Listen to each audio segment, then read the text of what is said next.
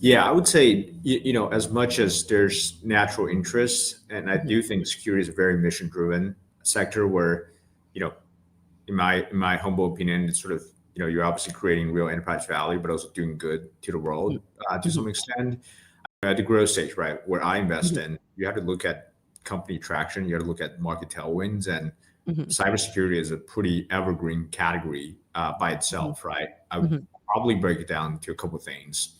One is from a talent shortage perspective, mhm, there's just not enough folks who are focusing on cybersecurity from a human mhm, perspective in general. And I mhm, think the easiest way to think about this is folks who are, going to college for a computer science major, they're not really mhm, thinking about going to cybersecurity. So you always have this shortage problem. So how do we have mhm, vendors, startups that are coming in to fill out that shortage side of things, use mhm, product to really help human triage and mhm, counteract those cybersecurity threats better. So I think there's mhm, that component to it.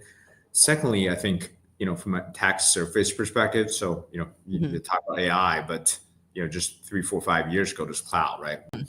Um, there's always a new thing on a block. And while that gives rise to a lot of opportunities to build new companies, mhm, there's also new threats, right? You have to counteract with, mhm, whether it's mobile when it first came out or cloud. And now obviously with AI, there's a lot of threats related to AI. mhm.